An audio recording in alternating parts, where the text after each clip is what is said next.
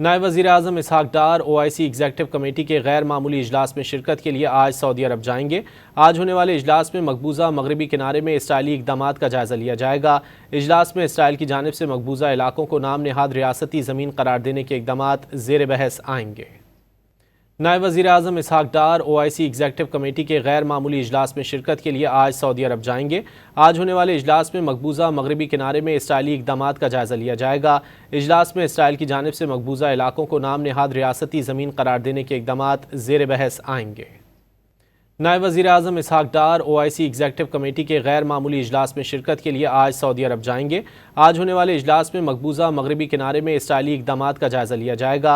इजलास में इसराइल की जानिब से मकबूजा इलाकों को नाम नेहाद रियासती ज़मीन करार देने के इक़दामात ज़ेर बहस आएंगे। नायब वज़ीर-ए-आज़म इसहाक डार OIC एग्जेक्टिव कमेटी के गैर मामूली इजलास में शिरकत के लिए आज सऊदी अरब जाएंगे। आज होने वाले इजलास में मकबूजा मगरबी किनारे में इसराइली इक़दामात का जायज़ा लिया जाएगा।